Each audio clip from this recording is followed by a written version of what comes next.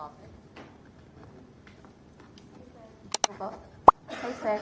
About, sir, sa custody po ni KOJC founder Apollo Quiboloy. Sir, yung QC Court po kasi, naglabas po sila ng order na ilipat po siya sa Quezon City Jail. While yung Pasig Court po, in order po siyang mag-remain sa PNP dahil non-bailable daw po yung case. Sir, is it right na mag-remain po siya sa PNP under those reasons?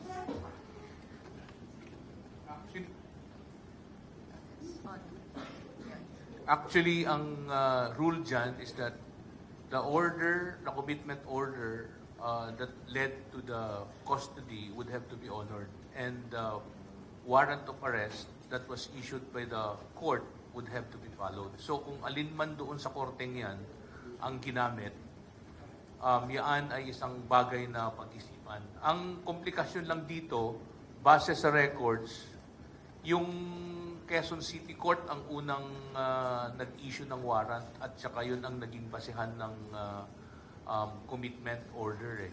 So, yung conflict na to, dapat ipaklarify sa korte kasi parehas na RTC.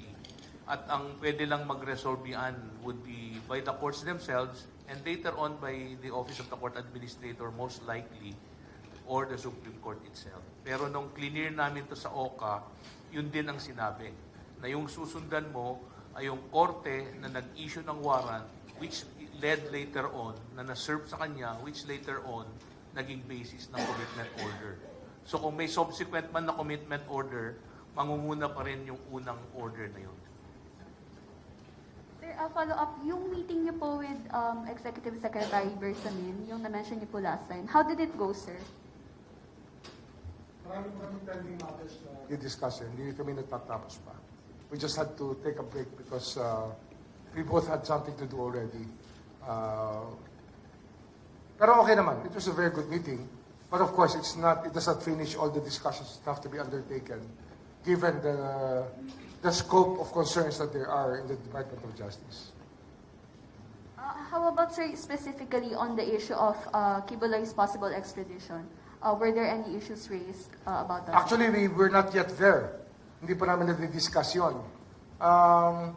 Basta as far as we're concerned, he has to face the music here. Yung talagang effort naman natin para hulihin siya, we should bear out something talaga. Meron naman dapat merong mangyari at merong kalabasan naman itong pinaghirapan ng ating daan-daan at libu-libong pulis na nilagay upang arrestuhin siya.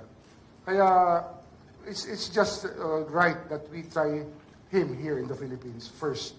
The extradition, of course, as I said before, and as is a maxim of law, an extradition treaty is part of the law of the land. It's a treaty. Kaya we have to respect it also. So it's really striking a balance between the two.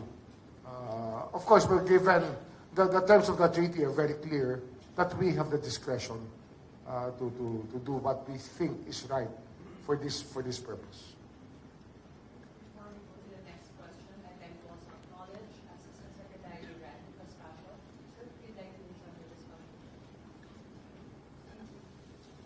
Okay, any more questions? Sir, yung sa...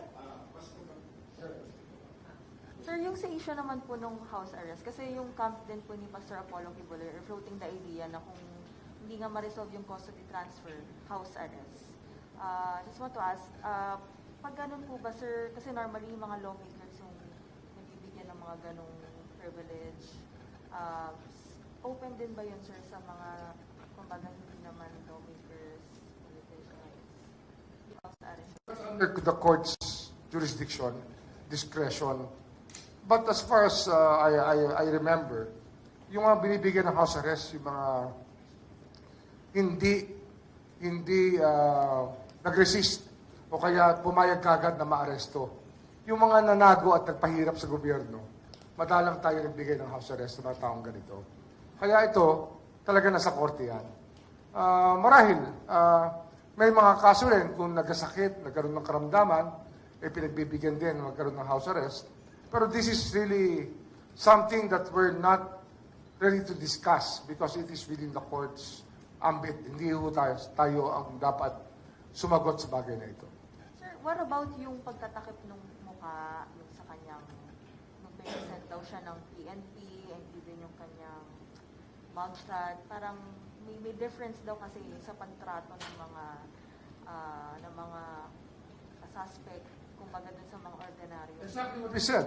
Hindi dapat gano'n na nangyari. Sinabi na namin dati yun. Dapat yan, fair is fair. Nilagay mo nga sa wanted poster, hindi mo ilalagay sa ano. Hindi mo naman ilalabas na talagang nahuli mo at papakita yung mukha. Dapat pinakita yung mukha.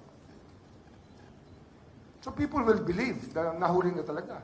Baka mamaya, kung anong katawan lang ang nilagay doon, tapos tinakpan na, tapos sasabihin mo, yun na yung nahuli. Fair is fair. Dapat makita ng tao, masatisfy ang tao, siya talaga yung under custody.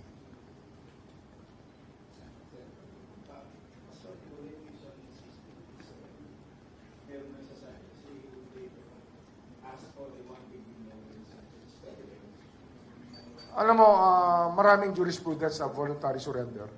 It does not appear that way here. 16 days niya pinahirapan ng pulis. 16 days niya pinahirapan ng pulis. Nung ando na sa harap ng building niya, yung 200 pulis, Special Action Forces, napapasok sa kanyang kinalalagyan, saka lang siya nagsabi na susurrender siya. Kaya sabi ko nga nung simula pa lang, either he was going to get caught, kaya siya'y sumuko, o talagang he was about to be arrested, but he decided to surrender kasi he was about to be arrested. Kaya yung spontaneity ng kanyang action ay wala doon. So far, that's how I look at it. Siyempre, that's the prosecution's point of view. Sa kay Boloy, sir, nagsabay halos, sir, yung sabi ng PNP kapon magkakipag-coordinate sila sa DOJ kasi sabay na schedule yung arraignment ng QC, RTC, and Pasig, and also at the same time. Will the prosecution ask for resetting ng isa, or paano gagawin, sir? Okay. Actually, dapat yung coordination niyan should have been made by the courts themselves, no? Kasi nagkataon na nagkasabay, and obviously, you cannot be in two places at one time. So the suggestion here is that the courts should be able to agree kung saan muna dadalhin, no? Kung saan muna dadalhin para i-arraign, no? And then if it's possible to kaya pang ihabol doon sa court sa Pasig, then ihahabol. The difficulty here is because the Quezon City Court is asking that he be detained in Quezon City. But that usually happens, that is correct if that is the only case that you are facing. When there are several cases in different jurisdictions, usually nagre-request yung prosecutor that we be allowed to have the accused in a facility, let's say for example in Camp Crame, where they can ensure his attendance in all of these jurisdictions. So we are beginning discussions with our prosecutors to suggest that and recommend that to the court para hindi naman mahirapan kasi it would be more difficult for BJMP Quezon City to be transferring him to Pasig every time there is a court hearing. Okay, sir. Sir, hello. Bea de la Cruz po from Billionaire News Channel. Hahabulan po ba ng DOJ yung mga posible po na mga kasabwat po ni Kibuloy at saka na-identify na po ba yung mga tao na to? Yung mga kasabot ni Pastor Kibuloy ay nahuli na rin kasama niya nung siya hinuli sa Davao. Sumuko, hinuli, call it what you want. Pero kasama na. Pero yung ibang kakuntsaba na tumulong sa kanyang magtago at pahirapan ng batas, siyempre, habang tumatagal, meron tayong lumalabas ng mga detalye kung saan pwede nating habulin pa rin ang mga tao. Any more questions regarding Kibuloy? Hello po. Ikaw muna. Si Ma'am muna. Despite the freeze order on Kibuloy and KOJC assets, gaano po ka-confident yung government na hindi pa po na-transfer yung assets before po ng freeze order, considering na si former President Duterte po yung naging administrator na in-appoint nila? Despite the freeze order po na inisyu ng Court of Appeals, gaano ka-confident po yung government na hindi na-transfer yung assets ng KOJC and Nico Buloy to other accounts considering na si former President Duterte po yung naging administrator? Yung freeze order ng Court of Appeals ay dapat sundin kahit sino man ang may hawak ng properties o yung bank accounts. So in fact na naging administrator of properties ng KOGC ang dating presidente, Rodrigo Duterte, ay isang bagay na hindi importante sa issue ng freeze order. Ang importante dyan ay may freeze order at yun ay dapat sundan. Habang nandyan yung order na yan, talagang ipapatupad yan at walang makakagalaw. Sir, can I answer question? Just to confirm, meron po ba talagang i-file na kaso si former President Duterte laban po doon sa mga pulis na pumasok sa loob ng KOJC compound? Yes, there were cases that were filed for unjust vexation. It was filed before the prosecutor's office, Davao. And I think there's already been an order to transfer all of these cases here in the main office for us to have a prosecutor investigate all of them. Sino po sir ang mga respondent doon po sa kaso? Sa pagkakaalala ko, ang mga respondents would be all the police officers, even I think Secretary Abalos, the Secretary Abalos was included, and then the head, no, yung regional director, si General De La Torre, and all the other officers who were present, who were part of that operation. Sir, meron po ba kayong ibinigay na period of time para sa pag-transfer po ng kaso dito sa main office? Well, dapat yan agad-agad, no? In fact, some of the cases, most of the cases have already been transferred here. Except that meron kasing piecemeal filings, no, na mga pina-file, hindi sabay-sabay. So, sa mga pagkakataong gano'n, ini-inform nila kami and then agad-agad pinapalipat yung kaso dito sa department. May we know po sir kung sino po yung may hawak na prosecutor ngayon? We will let you know as soon as the PI is scheduled because depending on the number of cases, we may have to increase the number of prosecutors who will attend to the case. Thank you so much, sir. Thank you. Sir, to clarify lang po, no authorities have been identified yet who may have possibly hid Kibuloy or aided him hiding po. An ongoing investigation kung sino-sino ang tumulong at kumanlong.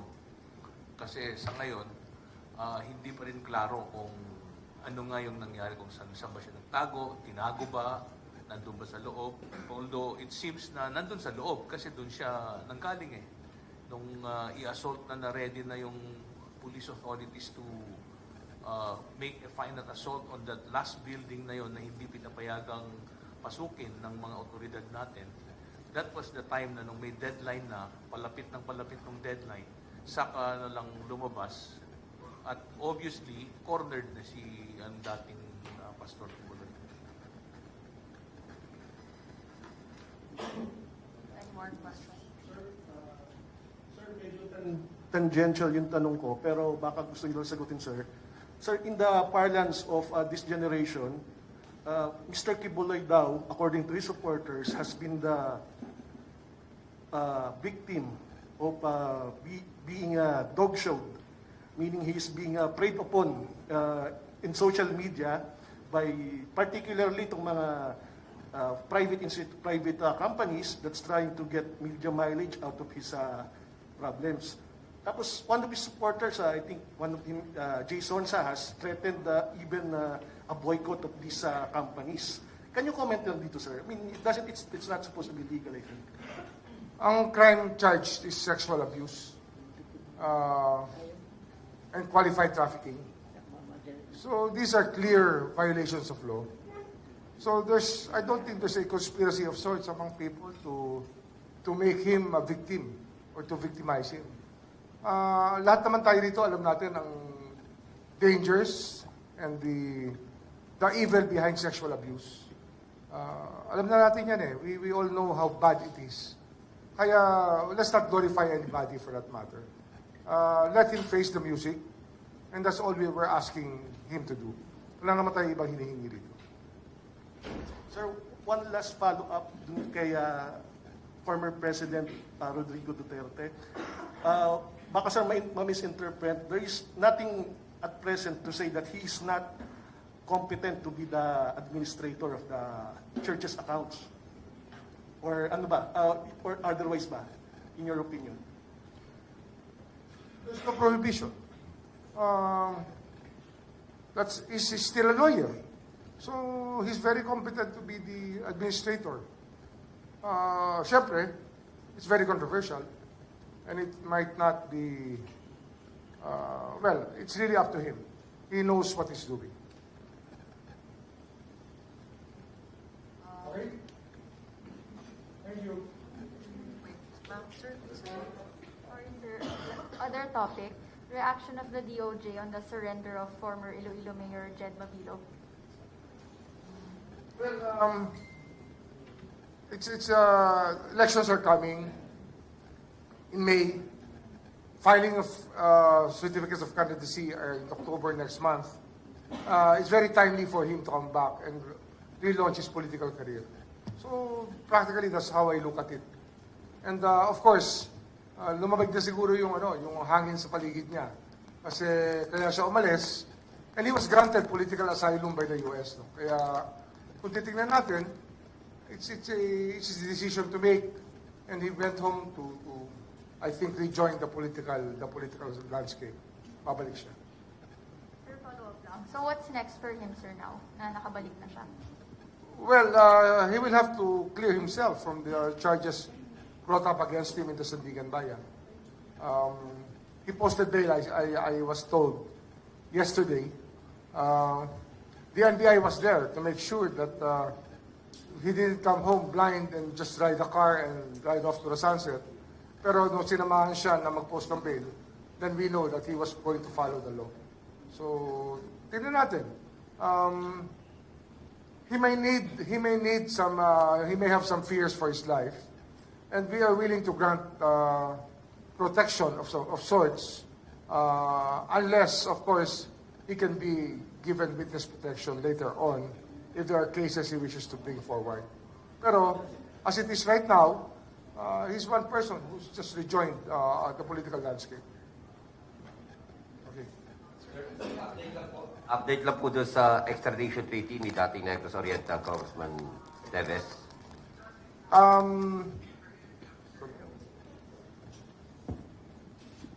Okay, right now, we're just awaiting the decision of the Court of Appeals as to yung appeal, no, dun sa grant of extradition. So we were advised to just wait for it right now kasi medyo abala rin ang Timor-Leste because of the arrival of the Pope. No? So, yeah.